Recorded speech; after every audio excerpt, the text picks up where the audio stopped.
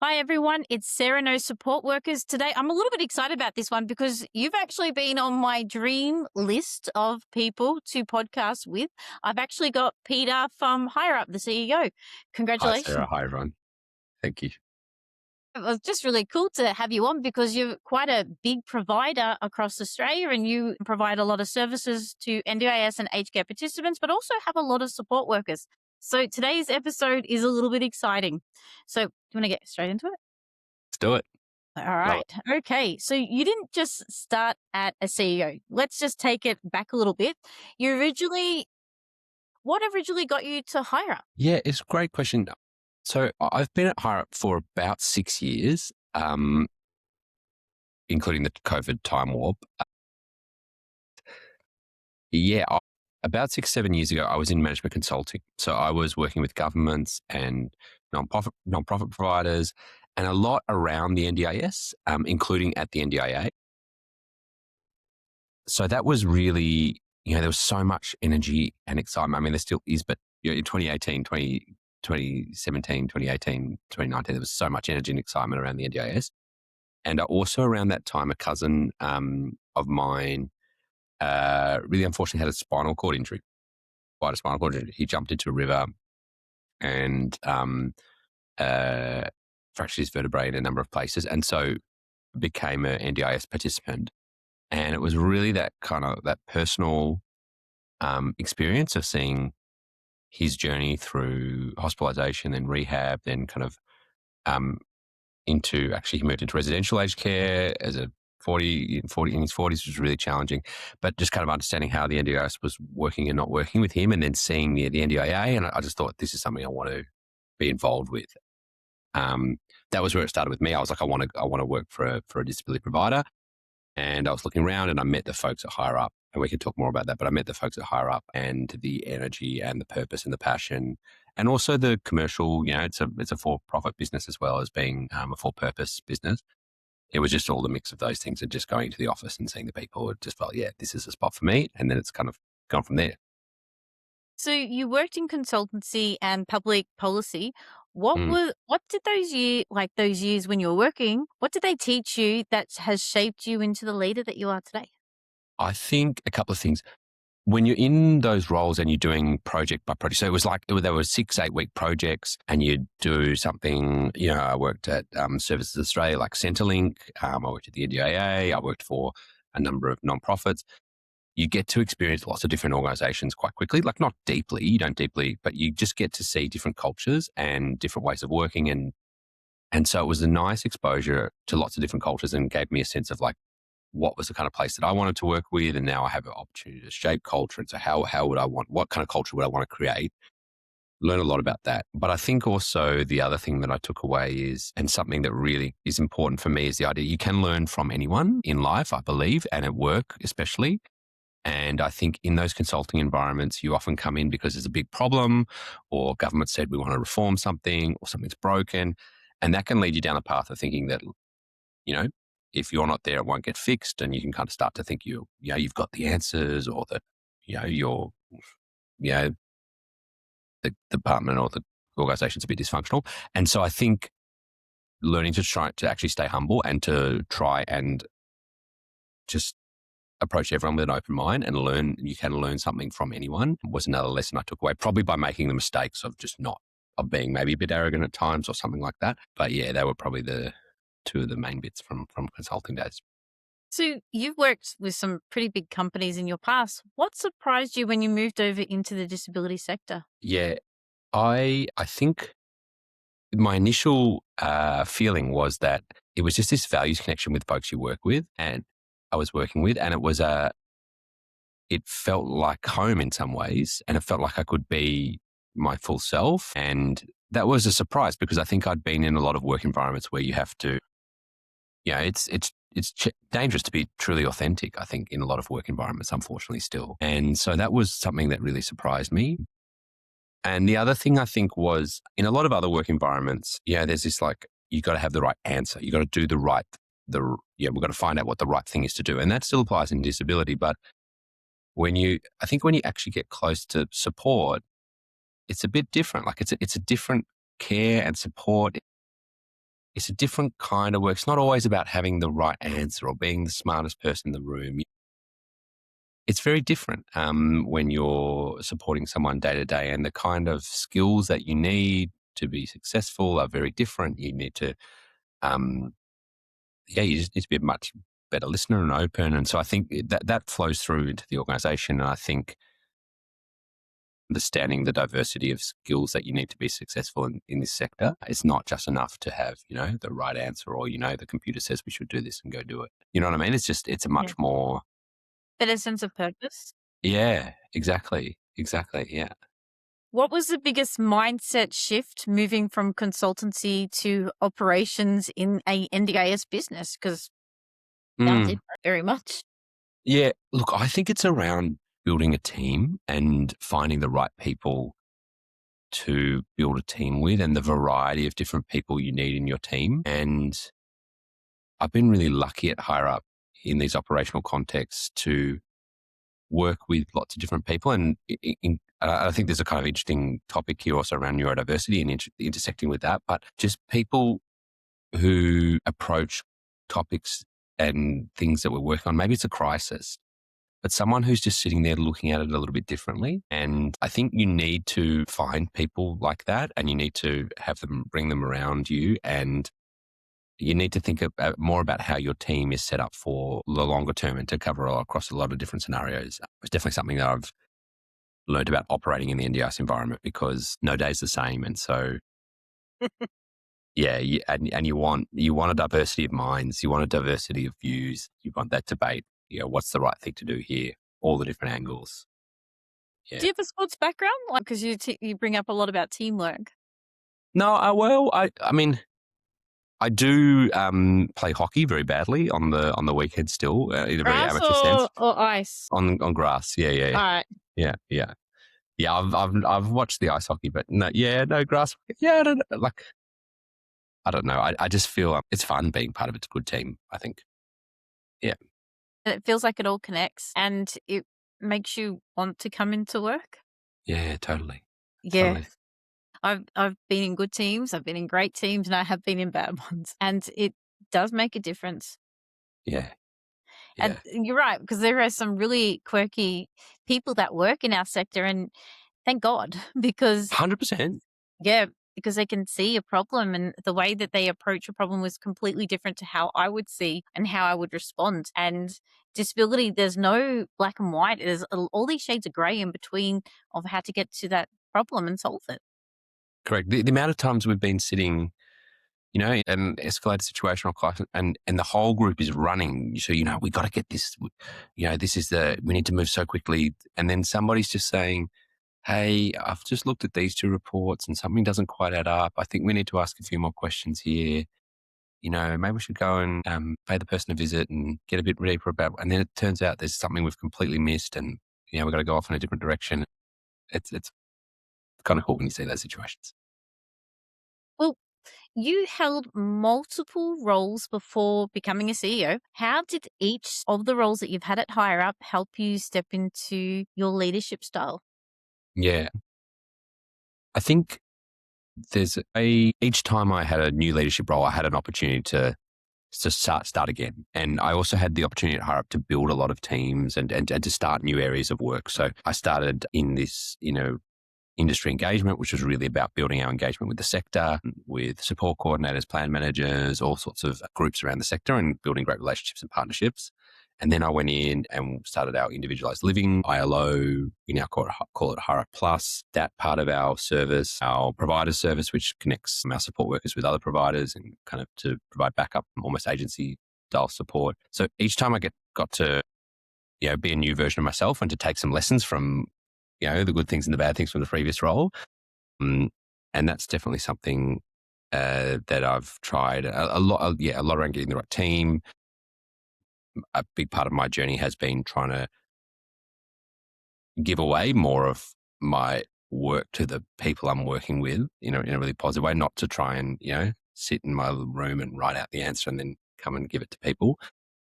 which no one likes for obvious reasons. But on a and the practical level, I think I was really lucky with my early roles to have a really broad engagement with the sector and to have time to just go and talk to lots of different people around our sector. And I think that there's so many different parts, even understanding the nuance of services that existed before the NDIS and might have been more volunteer run, and how the NDIS has changed that through kind of deep connections, relationships that people have built over time through to newer services in a way they're kind of innovating and meeting new needs.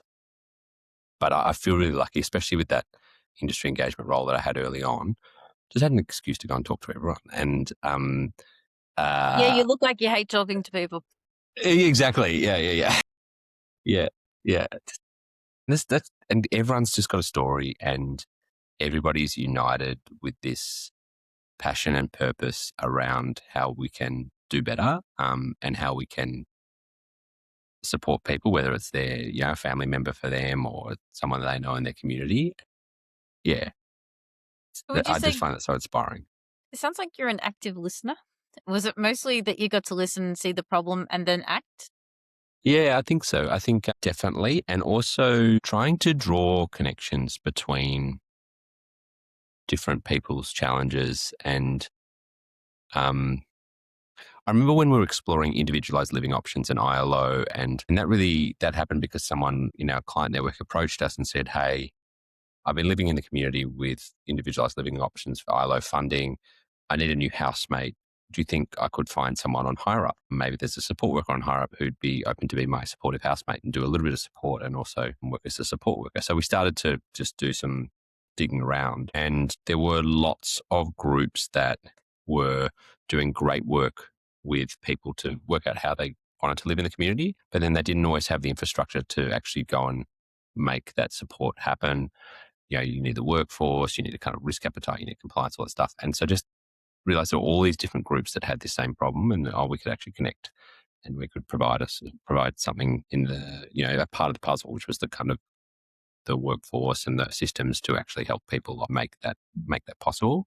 So I think that was an important part of that too, was just connecting and joining the dots, or trying to at least. It's a bit of fun, isn't it? And like you do Yeah, make a lot of mistakes because you're trying to get the combination made so right. many But mistakes. when they connect and when it works, it's kind of special. And it's not until Yeah, like a little bit later, like, yeah, I was a part of that person's story and they were able to live independently because yes, I was able to find and connect them in ways that's quite special. yes, yeah. That's right. That's right. And I think there are people who, I always felt especially, when you have people with disability who are really deeply connected in the community, I think there's just often a lot of people in support coordination type roles. Sometimes they're called support coordinators, sometimes they're not. Sometimes they're actually support workers, sometimes they're parents or friends, but there are people who are really, and I think they're really some unsung heroes in our sector. Yeah. Yes, Yeah. 100%. Um, Yeah. This is curious about this one because Yeah. you're the head of industry engagement. So I've got a story for you. So I worked with some guy for nearly 2 decades, and I said to him, "Hey, can you like? I'm surprised you're not following my content. We've known each other for a very long time." And he said to me that I wasn't John Cena enough to follow. So, is there anything that you did that was in your engagement role to draw in NDIS and aged care participants to service? Because I find that would be and a lot of people that I speak to is one of the hardest things to do to look Yeah. cool. Yeah.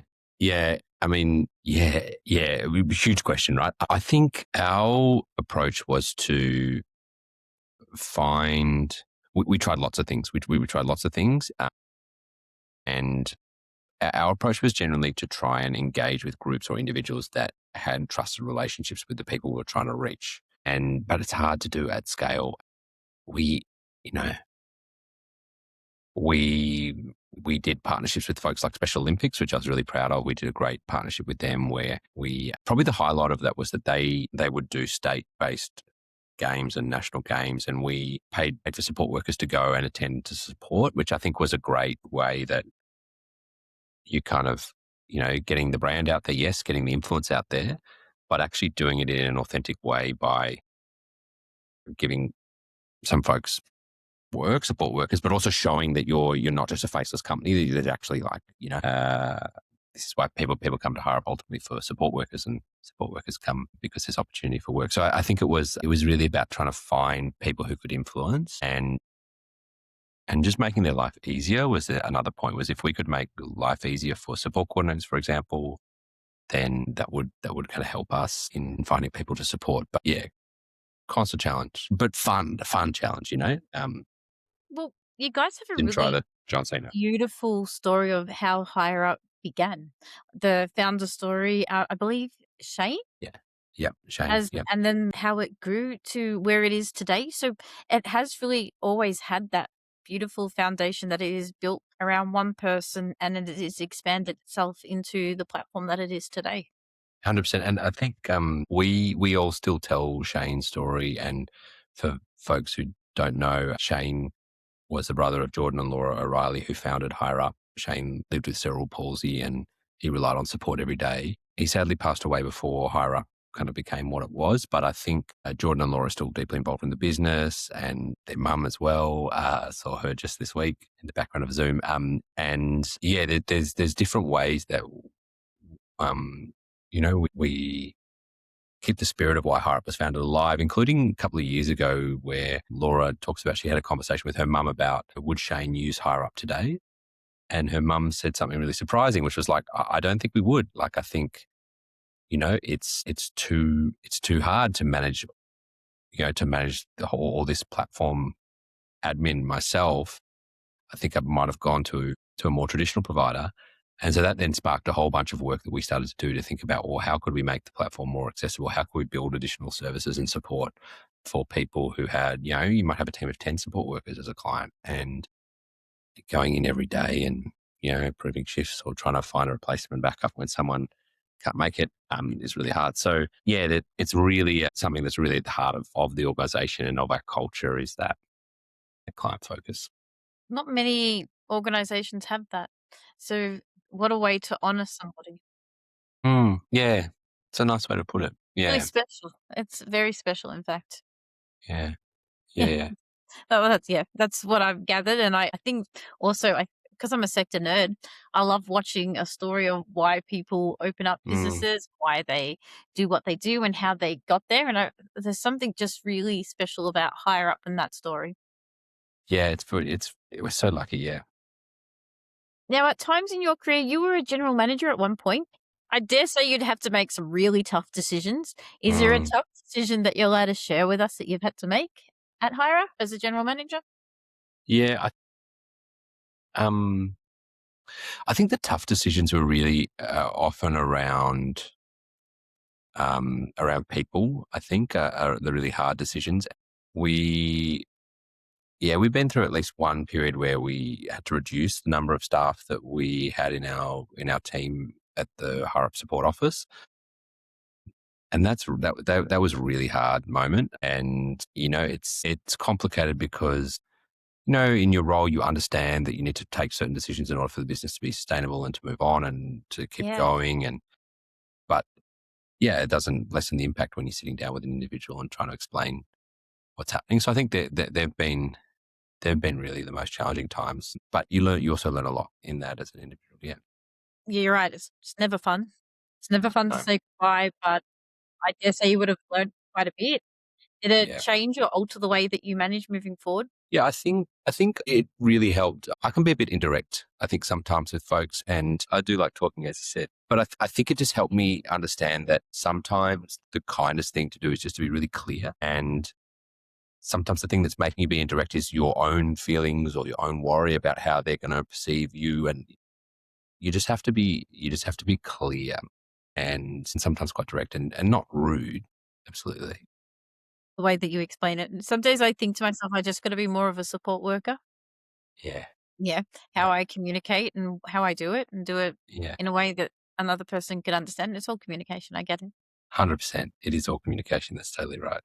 And do you know what I think? What's awesome about what you just said there, Sarah, is like it's the consciousness of how you have to show up. I think half the time the battle is just, you know, having that conversation with yourself. How am I supposed to show up here? Like half the time you're just on autopilot, whatever, just talking to Yeah. people, looking at your emails, whatever, phone calls.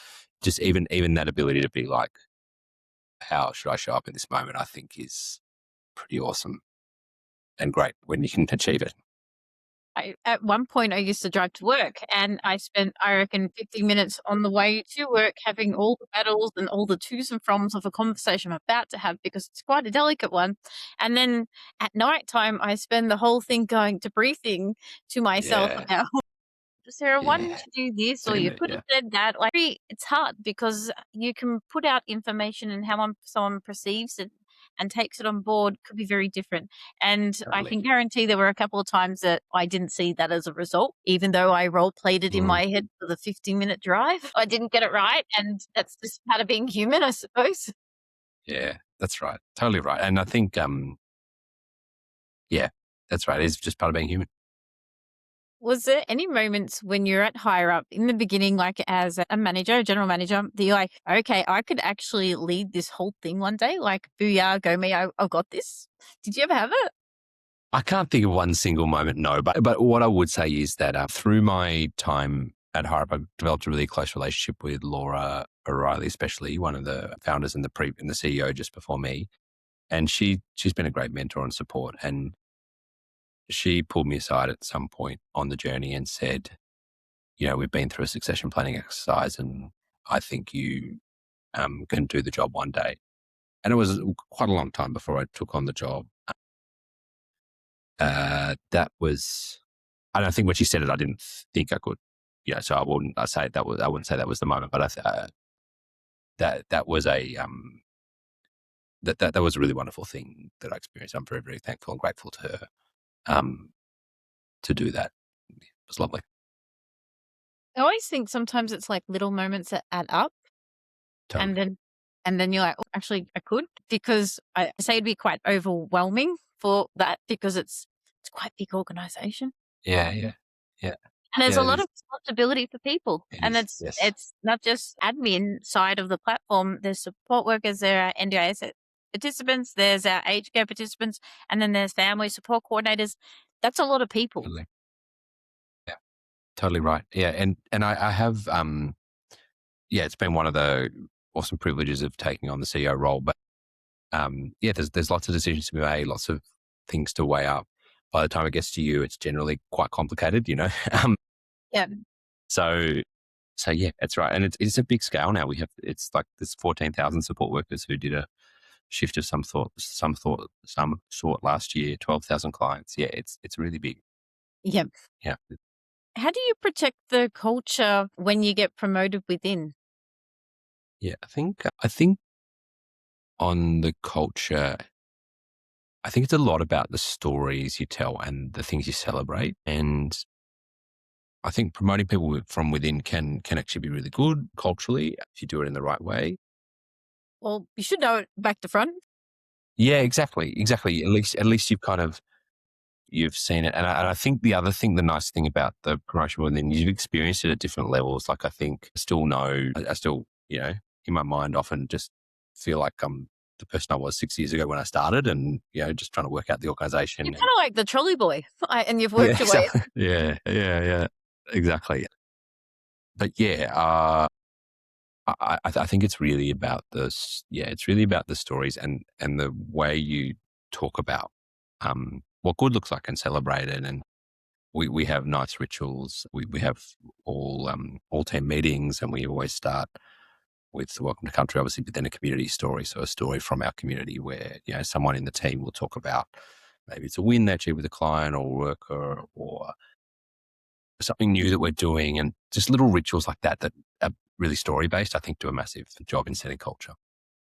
Because your team is spread across all of Australia. Is it not? It It's is, not. yeah. I know Melbourne's your heart, Yeah. but it's everywhere else in between. Yeah, well, I'm in Melbourne, but I would actually say probably Sydney. Sydney's probably the heart of Hireup, but there's so we've got folks in Brisbane and Tassie, Adelaide, Perth, all over Australia at this point. How do you UNT, source these people? How do you find them? Is it like a normal hiring way where you'd put it out to the yeah. market, or is it? Do you find people you think I think you'd fit well at Hireup?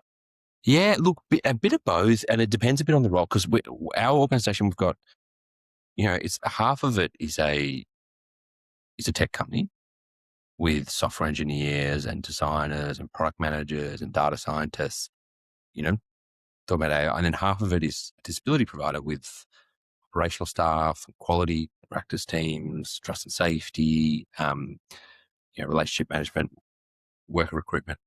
So it's quite an interesting organisation in kind of making all that suit or all that work. But just so different people we find in different places. But we do, one thing I'm really proud of is we do have a decent flow of people who come from our support worker workforce into our team and then into various roles. And there are people who have moved from our support worker workforce into lots of different roles. And I think, including ones that are a long way away from support work and some that are still close to it. And that's also an awesome source of recruitment for us because, the amount of people said, oh yeah, I was a Hireup support worker and I was just looking at the job ads on the Hireup website and I saw this one and I applied for it. And then how can you argue with that hands-on experience? It's awesome. I get a lot of uni students coming through as well on Yeah. placement, and then being able to feel how it was to be a support worker and then work in the business and see the backgrounds and they Yeah. knowing it the best. Yeah, that's awesome. And also allied health students who'll come in and work as support workers and then go on into, the allied health field and be OTs and psychs. And I think that's That's awesome our too. duty, isn't it? As Yeah. sorry, our duty in the disability sector, if they're coming in as allied health and we're showing them and supporting them how to best practice to work with somebody with a disability. So when they've got those skills and they take them off and do their careers and be the Totally. OTs and speeches of the world, they've already got it. They've had that hands-on experience. Totally. Yep, I do see that as our job and responsibility that we're sending people into these professions knowing how to communicate. Yeah, great. And I'm glad you said that, communicate, because at one point we got quite interested in this space and, I was talking about partnerships and meeting and in previous roles at Hireup, and we were meeting with lots of allied health partners and talking to lots of ex-Hireup support workers who'd gone on to work in allied health. And communication was always the point that they brought up as what they took away from their support work time, be able to communicate with individuals, but also their families. Yeah. Yeah, I think that's really important. I feel like a duty. Yeah. Yeah.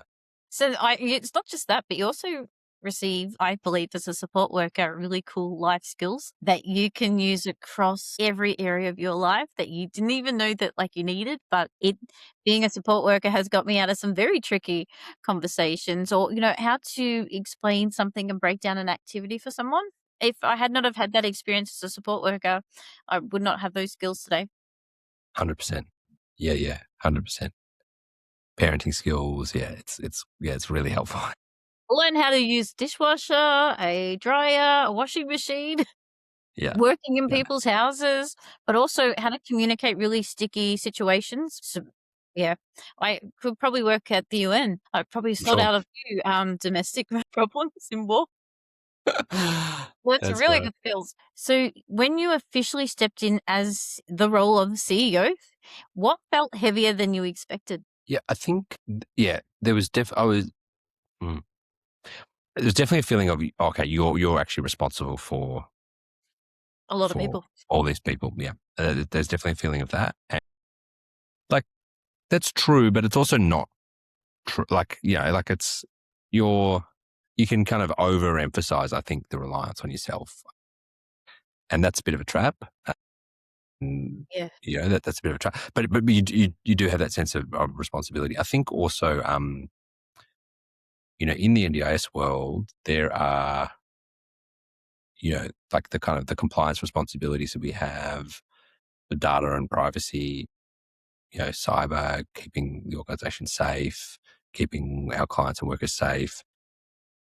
They're some of the things that you start to think, oh, actually, like if I'm not directing attention towards that through other people, then you have the potential to actually cause harm. So I think there's some of the things that you do think about, which is appropriate, honestly. But yeah, that you kind of realize, oh, if it's not me, then who's it going to be? Like Yeah.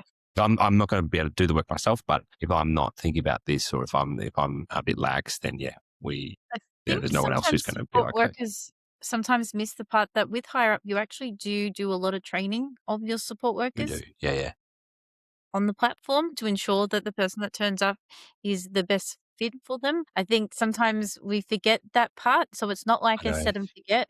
They do have to meet your their standards of Yeah, higher up totally. EA support worker. So it's not just anybody gets in.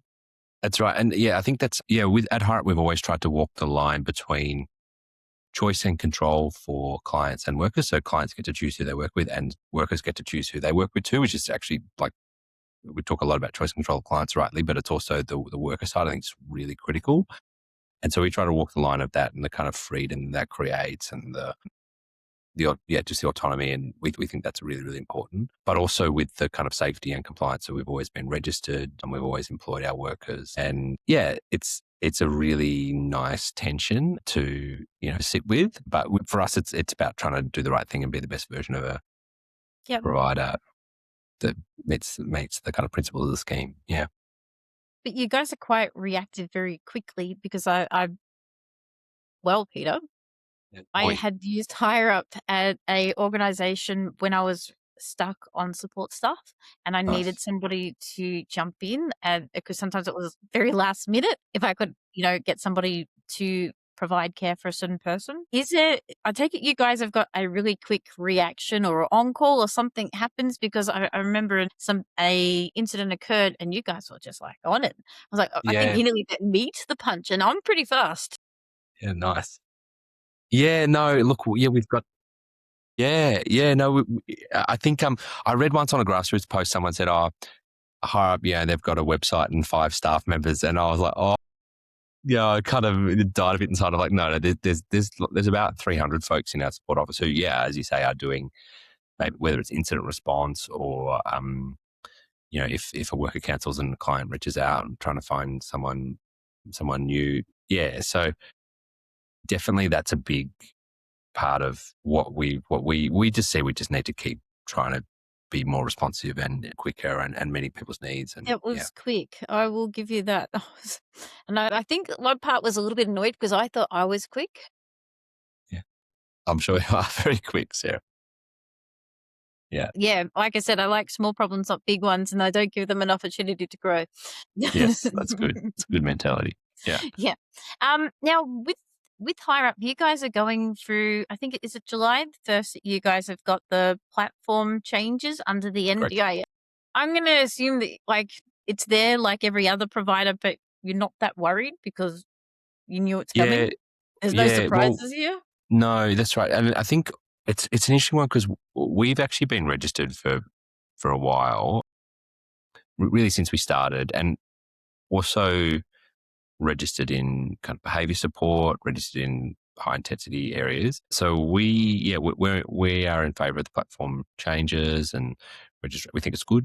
But yeah, it definitely keeps adding new things for us to think about. And your point about the training, I think, is a big part of how we make that more adaptive around the actual individual. There's lots of, if you look at a behavior support plan, it's 40 pages, incredibly dense. How do we actually make that more accessible for someone? There's lots of interesting opportunities for AI. Yeah. So I think registration kind of helps push us into this space. So we're quite supportive of it in the platform field. And it'll be interesting to see. I saw the Minister Butler talked about mandatory registration for all providers, and it'll be interesting to see Okay, what happens in good. that space. Go Yeah. for it. I'm okay with it, to be honest. The fact that it wasn't set and that people aren't audited or Yeah. have high expectations or a benchmark, it scares me more out of Yeah. anything, to be fair. If I had a crystal ball with all the changes that is occurring, Mm. with people having to do registration and having tiers, do you expect that you might end up with more support workers this way because providers are choosing not to register, or it might just becoming a little bit too hard for some people, and Higher Up Yeah. does give support workers flexibilities of the days that they work? Yeah, possibly. I think so. And I think that's a question for us to, to work on is how could Hireup be a great spot for people to come to? I mean, at any point in time, for workers to come to, we think that's really, really important, that we're a really attractive option for workers. And doing lots of work on that. And would love feedback from anyone listening or watching for ways we can make it better. Please get in touch. But yes, certainly in the case if there's disruption to the market, that's definitely possible. And I think what we're just trying to prove is that you can be registered, but also have the choice and flexibility. And it's not like a black and white. Unregistered providers means choice and flexibility. Registered providers means everything's locked down, policy driven, no choice. No, yeah, I think we're trying to prove that there's an option in the middle, and with others also in that space. But you also got the option for participants because they can come to you as a kid and see a whole life approach way beyond their 60s, 70s, and 80s because you do have the aged care part.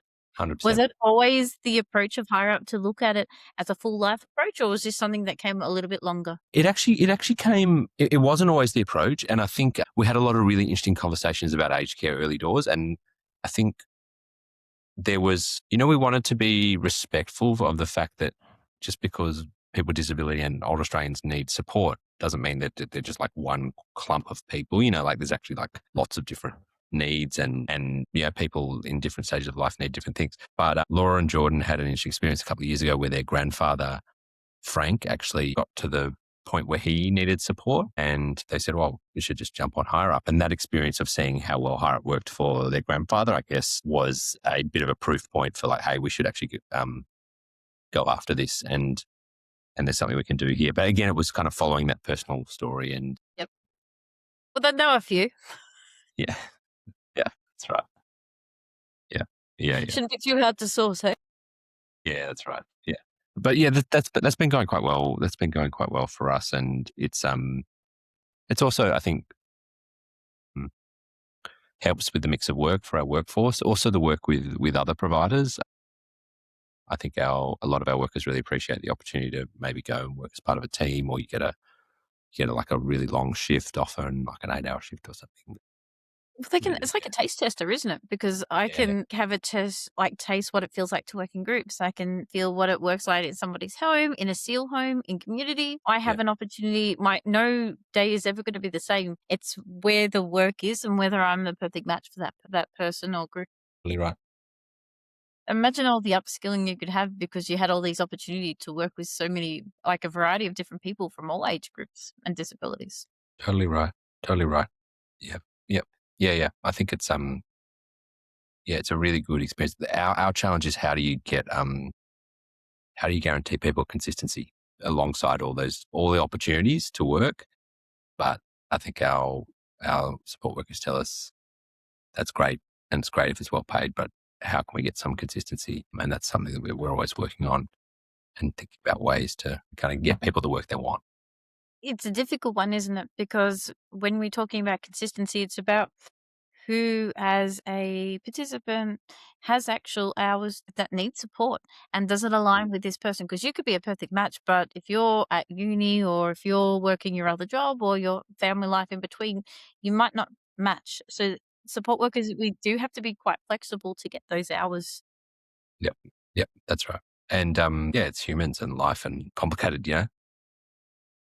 Lots of our workers, like all workers, have other caring responsibilities for themselves, their own kids, or there's lots to juggle. Some of them amaze me, I will say. Like I remember one support worker that I had like 6 kids, but somehow always turned up on time. Like and felt like just ready, and wanting to be a part of it. So there's some really amazing support workers out there. And I know you have some amazing support workers out there because I've seen them firsthand. Yeah, totally right. Yep. Yeah, I agree. I completely agree. So how do you stay connected with support workers, being not in their homes and with them? Yeah, well, I've done support work through the Hireup platform, which is nice. I think a really But not like great an undercover boss segment, like something like that. turn up with a wig. Yeah, that's right. That's right. Yeah.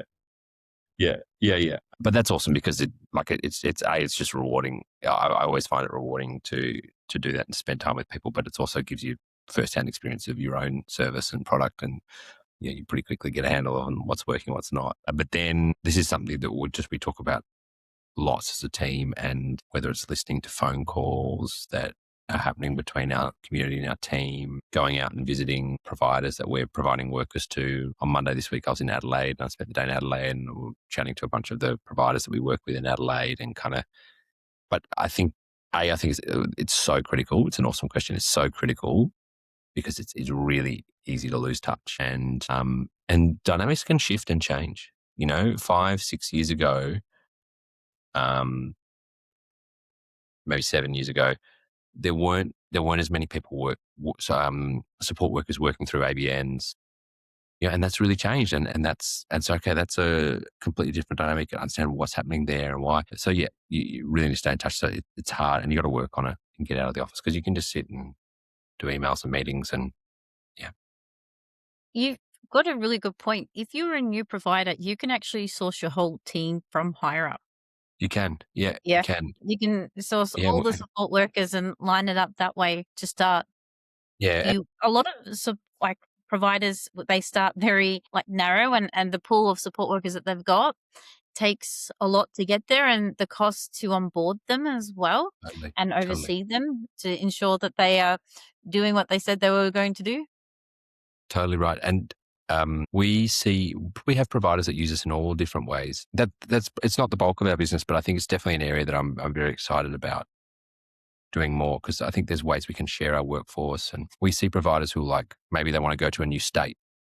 So they've got a great home base in New South Wales, but they want to go to Queensland. And so they'll actually use Hireup support workers to staff their operations in Queensland for 3 months. And then they might actually offer permanent employment to those Hireup support workers in their service. So that's something that we kind of encourage and work with providers on because if the workers want that, then great, and we shouldn't stand in the way. Yeah. Yeah. It is a good opportunity, and I think sometimes we don't always see that as the opportunity, especially for new providers. So that's cool to hear. How would your team describe your leadership style? Good question. Definitely we have a good, authentic culture. There would definitely be some jokes about my bad jokes or ugly You got slides. bad jokes? Yeah, bad jokes and ugly slides. I think that's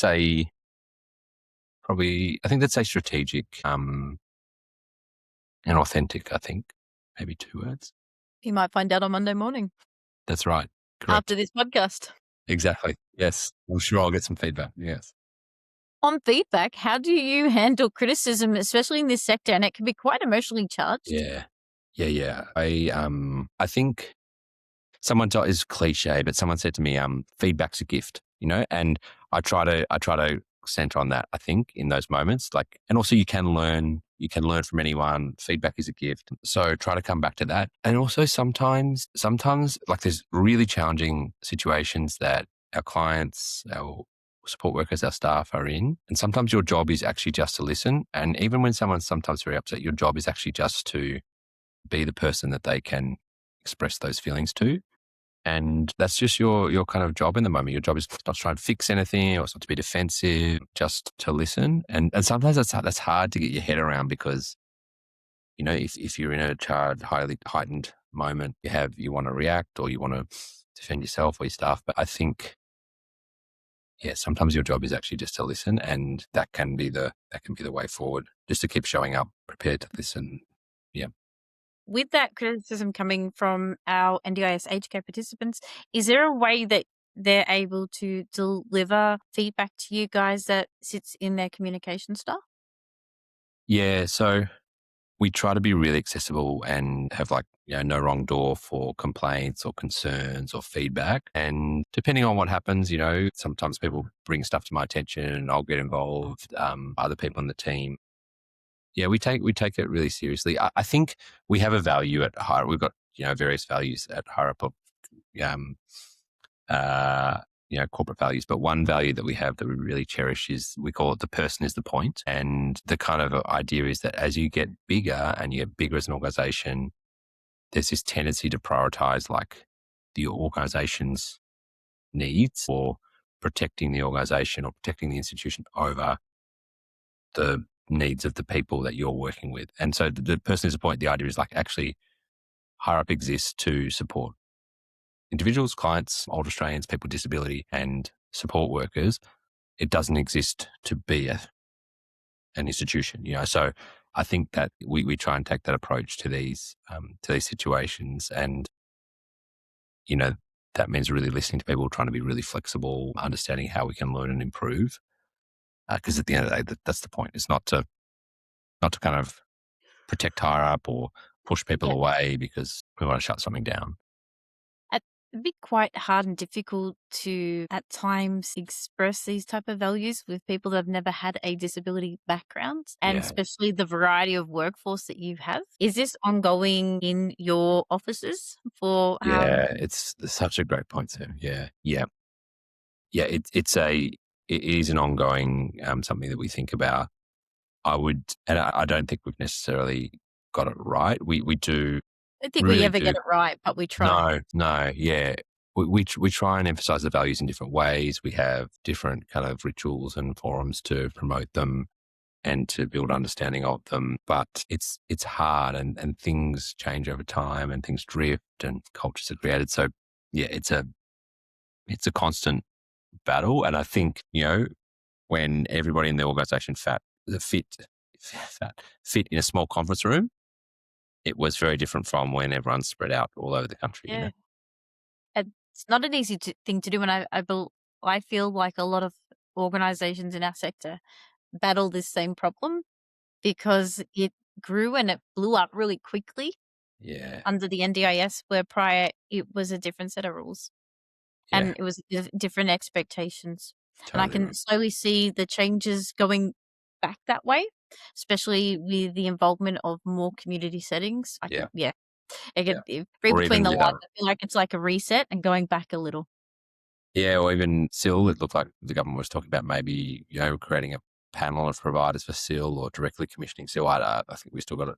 It's not an area that Hirup's involved, but I think was pretty interested to see that because that felt, like quite a change from where we are. Yep, 100%. And because I get quite a lot of support workers listen to the podcast, if they're a higher up support worker of yours, do you give them any advice if they would wish to climb the higher up ladder? Any career advice for them? Yeah. Yeah, it's a great question. I think we have a role that is a really nice stepping stone from being a support worker on Hireup to moving into the support office team. That role is called a support team lead. So it's like a lead worker in a client's team, and they're local to the client. They're a member of the support office team, but they also do support in the roster. They help organize the roster. It's like a house manager, but not for a SIL setting. So we call it a support team lead. We didn't really create the concept. We just stole it from house managers and modified it to a non-SIL setting. I think check out the careers page on Hireup and just look out for those support team lead opportunities. I mean, look out for all opportunities, but I think that's a really nice stepping stone where you get into a situation where you're taking on more admin responsibility, coaching, rostering, but you also get integrated to the Hireup team. And then I've seen people do that for a little bit of time and then move into other roles, more relationship management roles or business development roles. So yeah, I think we try to create a bit of a ladder that way. And I'd love for us to promote that more because I actually think it's an awesome part of what we do. We've got about 50 people working in those roles right now all around Australia. But yeah, I'd love to have heaps more. Yeah, they've got to be the right match with the client. But yeah, it's a cool part of our business, and I think is especially attractive. But just seeing lots of support workers just come into that and do really well, and then Should move they into new roles. tell you guys that they're interested or keen of opportunities in the Definitely, future? definitely, Yeah. yeah, definitely reach out. Yeah, just give us a call and let us know. Yeah, that'd be a great way to get in touch. So what's coming up for Hire Up in the next 12 to 24 months that we should watch with excitement, I dare say? Yeah. Look, I think, Sarah, two things for us. One is that we have lots of plans to keep improving the worker proposition. So training, wages, including wage progression with experience, lots of work around how we connect people through the platform. But for us, getting better and better for our workers is a huge priority. And, engaging people to stay for as long as they want on Hireup, I think is really exciting, is really important to us. So yeah, lots of worker focused stuff, mentoring, community connection is a big part for it. How do we create connection across our workforce? People are working one-to-one, but everybody's confronting similar problems and challenges and they want to connect. So how do we do that? We've got some exciting plans in that area. We're also doing more and more with other service providers and supporting them. And I think it'll be interesting to see how some of the changes play out with the NDIS. But what we're certainly seeing is that other service providers are wanting to be more creative with their own workforces and thinking about ways that they can plug into Hireup, but also, even use Hireup to do parts of their service. So I think that that's one where there's a bit of thinking for us to do to modify our technology to work really well in those environments. Again, it should support our workforce, but yeah, it's kind of in the partnership partnership area, and I'm very excited about some of those conversations. And it also is in aged care as well as disability. Are you doing anything cute in AI? Oh, you know, I talk about it. Lots happening with AI. So we're going to send robots next week. No. Send robots. The thing that I saw recently on AI, and I don't know, it'd be interesting to get your take on it, and also your audience. Doctors have got these scribe apps where they're sitting on their laptops and scribing the visit, and then it writes up the notes. And I saw a kind of like, the Instagram influencers mic type thing that you can clip onto your shirt as you go about your day as a doctor or allied health therapist. And I wondered if we'll see that one day for support workers, basically scribing. Now there's all sorts of consent and privacy, but you could think about, the,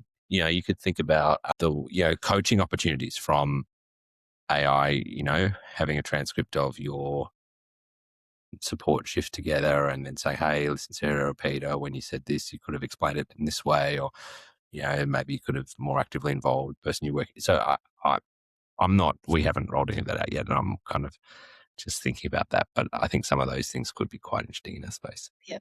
So while we're here, it's really important to do your journals, your notes, your progression notes. Yep. But also, you're not going to get into trouble for the depth that you go to. I'd say a lot of them are using ChatGPT or Claude to build up their notes to say what they did today, because communication and making sure that they've expressed what they've done on shift. But, it's not being an idiot with AI too, not putting personal details and stuff like that. Yeah, that's really Making it important. very Personal generic. Yeah. Yep. Don't do that. Anyone listening, please do not put addresses or phone numbers or their client details into it.